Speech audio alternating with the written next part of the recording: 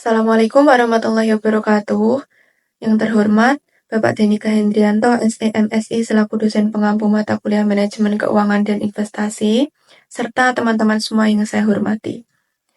Pada kesempatan kali ini, melalui video ini, kami dari kelompok 11 akan menyampaikan hasil diskusi kami mengenai materi bab 6 tentang pendanaan jangka pendek yang terdiri dari 3 submateri utama, yaitu pendanaan spontan, pendanaan yang dinegosiasikan, serta anjak piutang usaha. Namun sebelum itu, izinkan kami dari kelompok 11 untuk memperkenalkan diri terlebih dahulu. Saya, Maila Lutfia Awalina, NIM 112, bersama kedua rekan saya. Perkenalkan, saya Livia Aprila Nursalima dengan NIM 2024-12075. Perkenalkan, nama saya Ananda Dwi Aristanti dengan NIM 2024-12079. Selanjutnya, untuk materi pertama akan disampaikan oleh rekan saya. Kepada Livia, saya persilahkan. Oke, bab pertama yaitu tentang pengertian pendanaan jangka pendek. Pendanaan jangka pendek adalah pengelolaan aktiva lancar seperti kas, surat berharga, piutang, dan persediaan. Dan pasifa lancar perusahaan yaitu hutang dagang, wesel bayar, dan kewajiban yang masih harus dibayar. Untuk mencapai keseimbangan antara laba dan risiko agar memberikan kontribusi nilai positif terhadap nilai perusahaan. Misalnya, aktiva lancar dalam jumlah besar berakibat pada peningkatan risiko tidak dapat membayar pada saat jatuh tempo. A. Pendanaan spontan. 1. Utang usaha, kredit dagang dari pemasok. Liabilitas dagang atau kewajiban perdagangan adalah utang yang terutang kepada pemasok. Pembiayaan jangka pendek ini hampir di semua perusahaan. Apalagi pendanaan ini secara kolektif merupakan sumber dana jangka pendek terbesar untuk perusahaan. Dalam perekonomian yang lebih kompleks, kebanyakan pembeli tidak diminta untuk membuat barang pada saat barang dikirim, tetapi diberikan semacam periode tertunda jangka pendek sebelum pembayaran jatuh tempo. Jenis kredit dagang. 1. Kesepakatan rekening terbuka adalah penjual akan mengirimkan barang ke pembeli dan mengirimkan faktur atas barang yang telah dikirimkan, dengan total jumlah yang harus dibayar serta syarat penjualan. 2. Surat untuk membayar atau wesel promise. Digunakan sebagai ganti kredit rekening terbuka. 3. Akseptasi dagang adalah kesepakatan pembeli mengeluarkan draft pada pembeli yang memerintahkan pembeli untuk membayar draft tersebut pada tanggal tertentu. Selanjutnya yaitu syarat-syarat pendanaan. Syarat penjualan ini yang disebutkan dalam faktur dapat dimasukkan ke dalam beberapa kategori, umumnya berdasarkan pada periode netonya. Waktu pembayaran diperkirakan diterima dan berdasarkan pada syarat diskon tunai, jika ada, yaitu 1. COD dan CBD, tidak ada kredit dagang. COD on delivery atau COD berarti uang harus diberikan pada saat barang diterima, sedangkan CBD atau cash before delivery artinya uang diberikan terlebih dahulu sebelum barang yang dipesan dikirimkan. 2. Yaitu akhir periode neto, tidak ada diskon tunai. Penjual memberikan batasan toleransi waktu pembayaran. 3. Akhir periode neto, diskon tunai. Penjualan memberikan diskon tunai apabila pembeli mampu memberikan pembayaran sesuai batasan waktu yang diberikan. 4. Perjanjian musiman, yaitu penjual menawarkan terlebih dahulu kepada pembeli. Hal ini biasanya dilakukan sebelum puncak penjualan dan menguntungkan pihak penjual karena mampu memprediksi tingkat produktivitas produk terlebih dahulu. Slide selanjutnya yaitu ada kredit dagang sebagai alat pendanaan. Kredit dagang adalah sumber dana bagi pembeli karena pembeli tidak harus membayar barang yang dipesannya sampai barang tersebut diterimanya. Jika perusahaan secara otomatis membayar tagihan-tagihannya dalam beberapa hari setelah tanggal faktur, kredit dagang menjadi sumber pendanaan spontan atau otomatis yang berbeda sejalan dengan siklus produksi. Lalu ada pembayaran saat tanggal jatuh tempo. Dalam bagian ini diasumsikan bahwa perusahaan tidak memanfaatkan diskon tunai, tetapi membayar tagihan pada tanggal jatuh tempo akhir periode neto. Tingkat diskon tunai tidak ditawarkan. Tidak ada biaya untuk penggunaan kredit tersebut selama periode akhir neto. Akan tetapi, jika diskon tunai ditawarkan tetapi tidak dimanfaatkan, jelas terdapat peluang biaya. Lalu di atas ini ada gambar tentang perkiraan biaya bunga tahunan sama dengan diskon per kurang buka 100% dikurangi persen diskon dikali 365 hari per kurang buka tanggal pembayaran dikurangi periode diskon kurang tutup. Lalu ini di bawahnya ada gambar grafik. Grafik ini adalah hubungan antara tanggal pembayaran dan tingkat bunga tahunan yang terjadi jika perusahaan tidak mengambil diskon pembayaran lebih awal. Sumbu horizontal atau sumbu X menunjukkan jumlah hari sejak tanggal faktur atau dengan kata lain tanggal pembayaran. Sumbu vertikal atau sumbu Y menunjukkan tingkat bunga tahunan dalam persen. Garis putus-putus di sekitar hari ke-10 menunjukkan akhir dari periode diskon. Artinya jika perusahaan membayar sebelum atau tepat di hari ke-10, maka ia bisa mendapatkan potongan harga. Namun, jika perusahaan memilih membayar lebih lambat, misalnya di hari ke-30, maka secara tidak langsung, ia kehilangan diskon tersebut, yang jika dihitung nilainya sama seperti membayar bunga tahunan sebesar 37,2% seperti yang ditunjukkan oleh panah dalam grafik tersebut. Slide selanjutnya yaitu ada memperpanjang utang usaha, artinya menunda pembayaran. Penundaan ini disebut sebagai aktivitas memperpanjang utang usaha yang bergantung pada perdagangan. Memperpanjang pinjaman usaha atau stretching account payable dapat menghasilkan pendanaan jangka pendek tambahan akun untuk perusahaan melalui penambahan akun liabilitas dengan biayanya. Karena tapi manfaat ini harus ditimbang dengan biayanya. Biaya yang mungkin muncul dari perpanjangan utang usaha meliputi 1. Biaya hilangnya diskon tunai, 2. Penalti atau bunga atas pembayaran yang terlambat, yang dapat dituntut dan bergantung pada praktik di industri masing-masing perusahaan. 3. Kemungkinan rusaknya peringkat kredit, serta kemampuan perusahaan untuk kredit di masa mendatang. Lalu ada berbagai keuntungan kredit dagang. Keuntungan yang utama adalah kredit dagang selalu tersedia dan menghemat biaya karena memanfaatkan diskon tunai. Lalu ada beban terutang. Beban terutang atau biaya yang masih harus dibayar merupakan sumber pendanaan mungkin lebih spontan dari utang usaha. Beban terutang paling umum adalah untuk gaji dan pajak dalam kedua akun tersebut. Biayanya muncul dan ditambah tetapi belum dibayar. Bab selanjutnya akan dilanjutkan oleh rekan saya. Materi yang kedua yaitu pendanaan yang dinegosiasikan. Kenapa sih disebut pendanaan yang dinegosiasikan? Disebut dinegosiasikan karena pendanaan jenis ini tuh memungkinkan adanya kesepakatan antara pihak peminjam dengan pihak pemberi pinjaman, yaitu bank, investor, ataupun lembaga keuangan lainnya. Jadi syarat-syarat seperti bunga, jangka waktu, ataupun jaminan ini tuh masih bisa disesuaikan atau dinegosiasikan antara pihak-pihak tersebut. Pendanaan jenis ini tuh cocok digunakan untuk perusahaan yang memiliki hubungan baik dengan bank ataupun memiliki reputasi baik di pasar uang. Ada beberapa jenis pendanaan yang dinegosiasikan. Yang pertama yaitu kredit pasar uang. Kredit pasar uang merupakan instrumen jangka pendek yang biasanya digunakan perusahaan untuk mendapatkan dana cepat dari pasar uang. Ada beberapa macam kredit pasar uang. Yang pertama yaitu surat berharga komersial atau commercial paper. Commercial paper ini merupakan surat utang jangka pendek yang diterbitkan perusahaan tanpa adanya jaminan. Yang kemudian commercial paper tersebut dijual kepada pihak investor.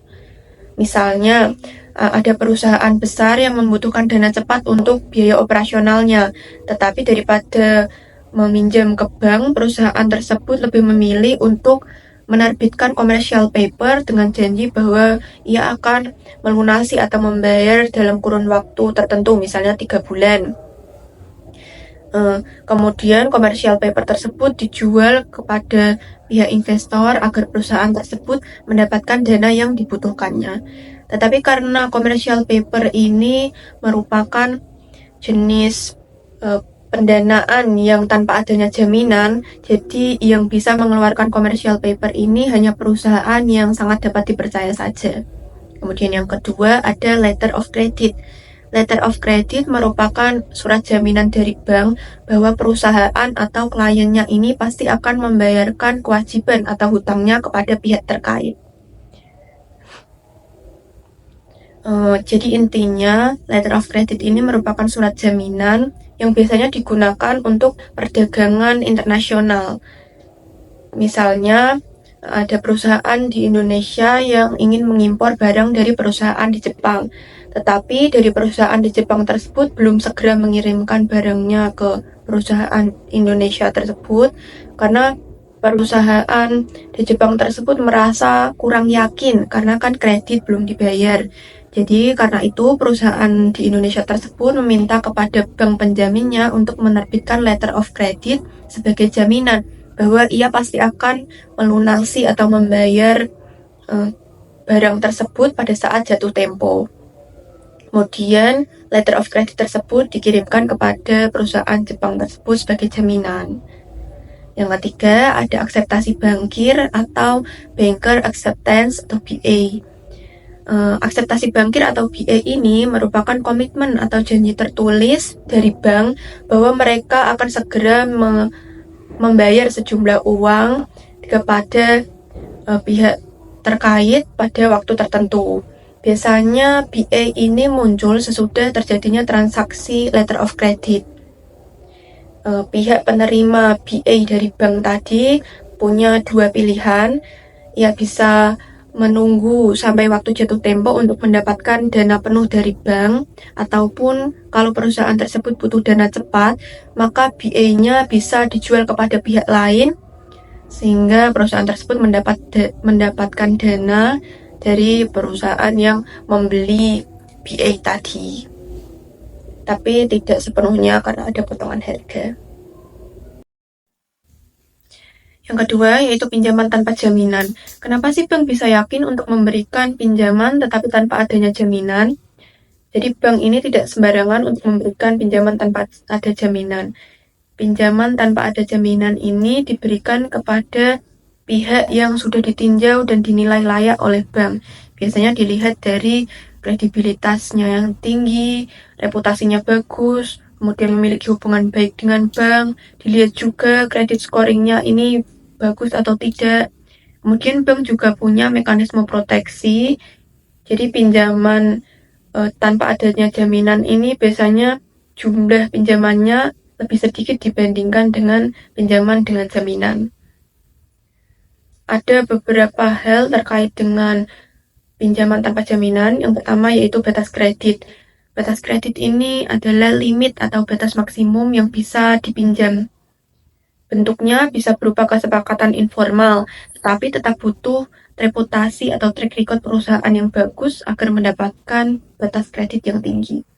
Yang kedua, ada kesepakatan kredit bergulir atau revolving credit agreement.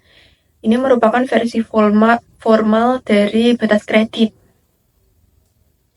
Konsepnya seperti kartu kredit perusahaan, jadi bisa pinjam, kemudian mengembalikan, dan bisa pinjam berulang kali selama limitnya ini masih. Kemudian yang ketiga ada biaya komitmen atau komitmen fee, yaitu biaya atas sisa kredit bergulir yang belum digunakan. Jadi misalnya perusahaan memiliki perjanjian revolving agreement dengan bank sebesar 500 juta, tetapi yang sudah dipinjam hanya 300 juta. Yang 200 juta ini masih nganggur di bank sebagai sisa limit. Nah, yang 200 juta ini dikenakan biaya komitmen sebagai biaya kompensasi karena bank sudah menyediakan dana tersebut yang bisa dipinjam sewaktu-waktu perusahaan butuh. Yang keempat, ada pinjaman transaksi.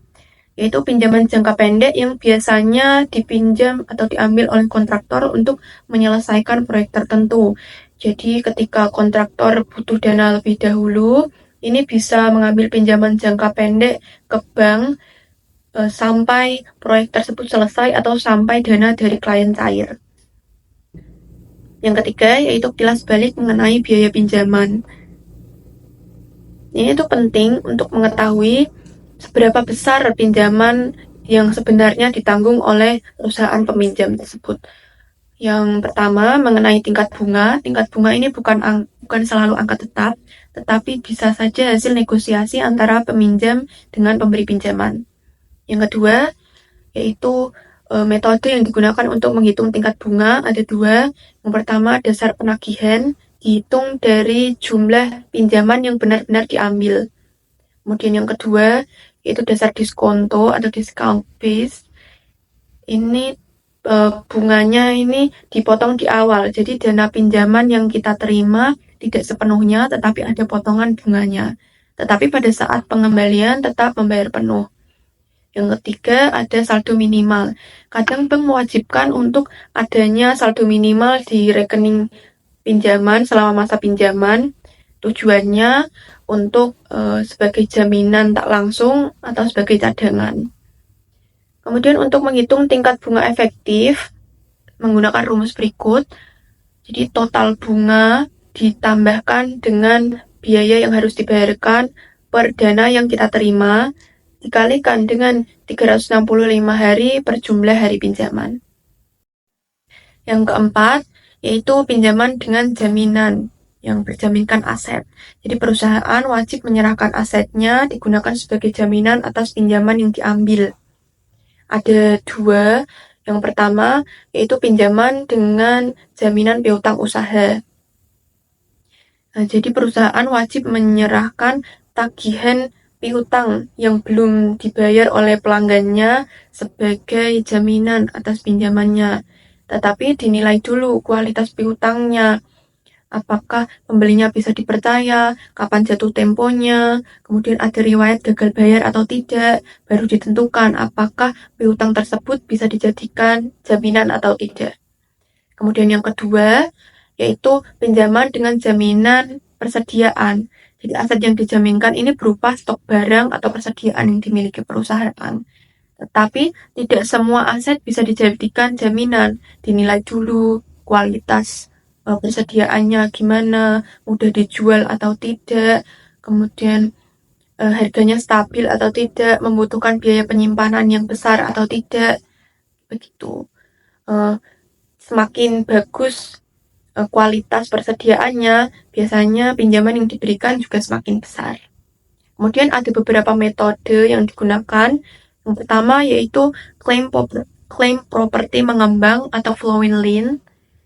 Jadi ini jaminannya bisa berubah seiring dengan perputaran barang dan piutang. Yang kedua, hipotek kepemilikan. Aset yang dijaminkan ini berupa aset tetap, yaitu tanah ataupun bangunan. Kemudian yang ketiga, penerimaan wali amanat.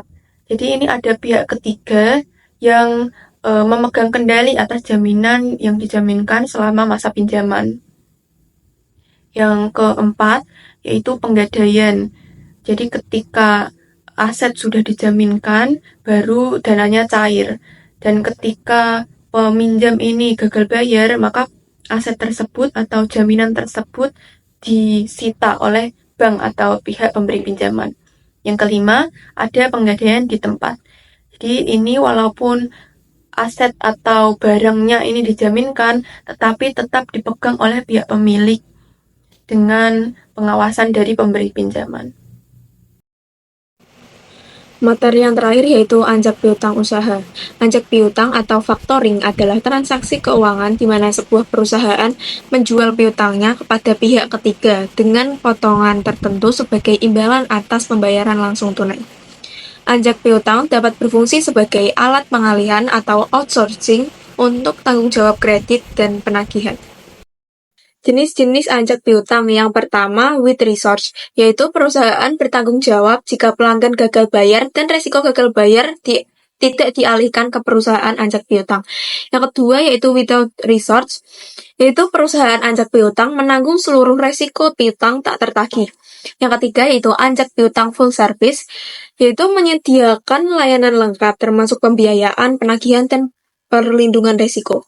Yang keempat, maturity factoring, yaitu pembayaran dari perusahaan anjak piutang diberikan pada saat piutang jatuh tempo. Yang kelima yaitu invoice discounting. Perusahaan anjak piutang hanya memberikan dana pinjaman dengan jaminan utang. Biaya anjak piutang. 1. Perusahaan anjak piutang umumnya tidak membayar perusahaan dengan segera pada saat pembelian piutang usaha. Akan tetapi, pembayaran tunai biasanya dilakukan pada tanggal jatuh tempo piutang usaha yang terlibat dalam transaksi ini. Yang kedua, jika perusahaan anjak piutang memberikan uang sebelum waktu jatuh temponya dari pelanggan, perusahaan harus membayar bunga kepada perusahaan anjak piutang atas pembayaran di muka tersebut.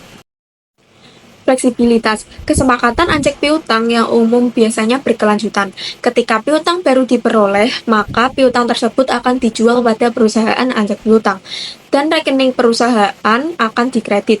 Perusahaan kemudian akan menarik uang atas rekening ini jika membutuhkan dana.